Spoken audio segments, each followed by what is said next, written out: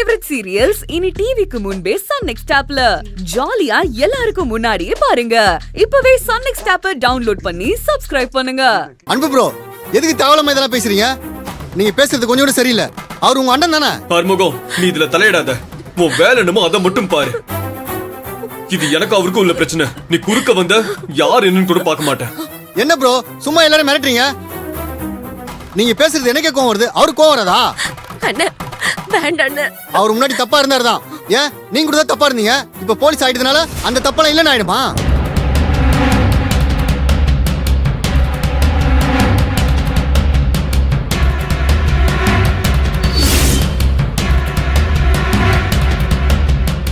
டேய், உனக்கு அவ்வளவுதான் மரியாதை.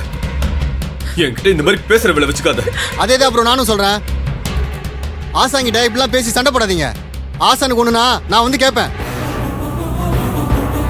அவரு நீங்க இப்படி மரியாதை இல்லாம பேசுனீங்கன்னா என்னால சும்மா பாத்துருக்க முடியாது. நான் கேட்கதான் செய்வேன். டேய், நான்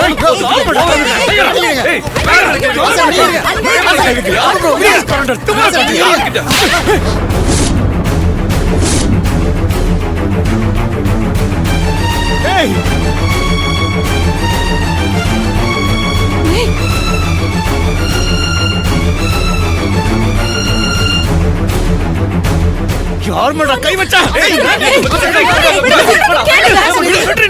யார் மேல கை வைக்கிறா? என் விஷயத்தை தலையிட்ட நான் அடிப்பேன். யாரம அனாதை பையன். இந்த குடும்பத்துக்கு அவனுக்கு என்ன சம்பந்தம்?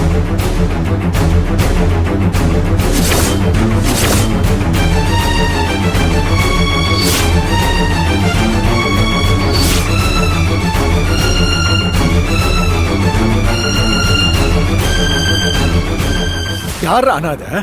டேய், இவன் தானே என் தம்பி. நீ என்ன ஜென்மமோடா? ஆமா, நான் வாங்கின சம்பளத்துல மொத்தமா கொட்டி கொடுத்திருந்தா நீ என்ன தம்பின்னு சொல்லிருப்ப. அவன் உனக்கு கூச்சா தூக்கிட்டு சுத்திட்டு இருக்கான்ல, அப்ப அவனை தான் தம்பின்னு சொல்லுவ.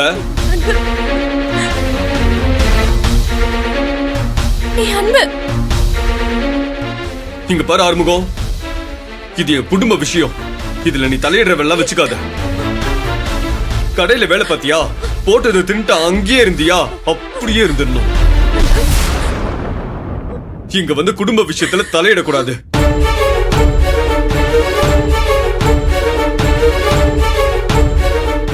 எனக்கு அட்வைஸ் சொல்ற வேலை வச்சுக்கிட்ட மனுஷனாவே இருக்க மாட்டேன்.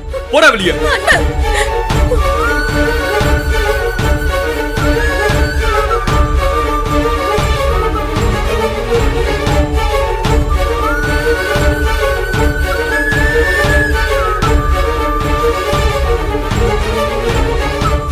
டேய், அவனை போன் சொல்றதுக்கு உனக்கு என்னடா உரிமை இருக்கு? நீ யாரா அவன் மேல கை வைக்கிறதுக்கு? அவனை பத்தி பேசுறதுக்குலாம் உனக்கு அருகதே கிடையாதுடா. நீ இந்த குடும்பத்துக்கு செஞ்சதை விட அவன் செஞ்சிருக்கான்டா. டேய், உன்ன மாதிரி நன்றி கெட்டவன் இவன் கிடையாதுடா. கண்டவனெல்லாம் என்னோட வச்சு கம்பேர் பண்ணாத. அவன்லாம் என் முன்னாடி நிக்கவே தகுதி இல்ல. என்ன வேற எதிர்த்து பேசிட்டு இருக்கா? டேய், நீ என்ன பெரிய இவனாடா? உன் முன்னாடி நிக்கிறதுக்கு என்னடா தகுதி வேணும்? மூர்த்தி, நீயும் சண்டை போடாத மூர்த்தி. பின்ன என்ன கயல், இவன் அடிக்கிறதுக்கு இவன் யாரு? என்ன பத்தி பேசினா அப்படிதான் அடிப்பேன். ஏய், கொஞ்ச நேரம் நிறுத்துறீங்களா ரெண்டு பேரும்? என்னதான் நடக்குதுங்க?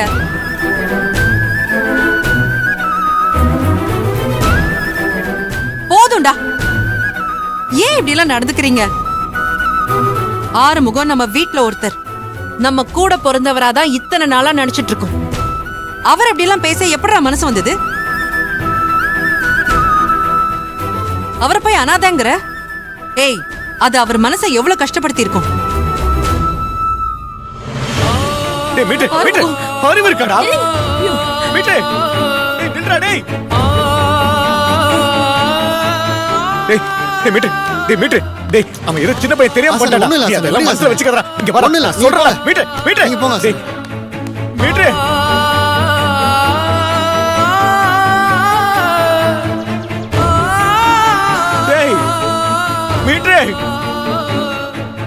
அன்பு, கடவுள் ஒருத்த மேல இருந்து எல்லாத்தையும் பார்த்துட்டு தான் இருக்காரு. நீ நிச்சயம் இதுக்கெல்லாம் அனுபவிக்க தான் போற. எதுக்கு உனக்கு இவ்ளோ கோவம் வருது? வர வர நம்ம வீட்ல நமக்குள்ளேயே நிறைய பிரச்சனை.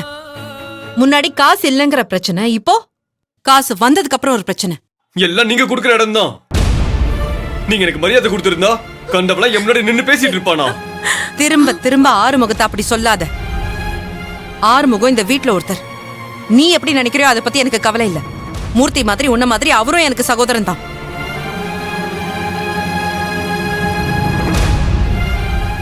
அப்ப என்னை விட அவன் தான் உங்களுக்கு முக்கியம் அதானே? ஏய், ஏண்டா எல்லாத்தையும் தப்பாவே புரிஞ்சுக்கிற? இப்படி கோவப்படுறது, பக்குவம் இல்லாம பேசுறது தான் எல்லா பிரச்சனைக்கும் காரணம். கொஞ்சம் நிதானமா இரு. கா, சும்மா என்னவே குத்த சொல்லிட்டு இருக்காதீங்க. நான் கொடுக்கும் போதே பணத்தை வாங்கியிருந்தா இந்த பிரச்சனையே வந்திருக்காது.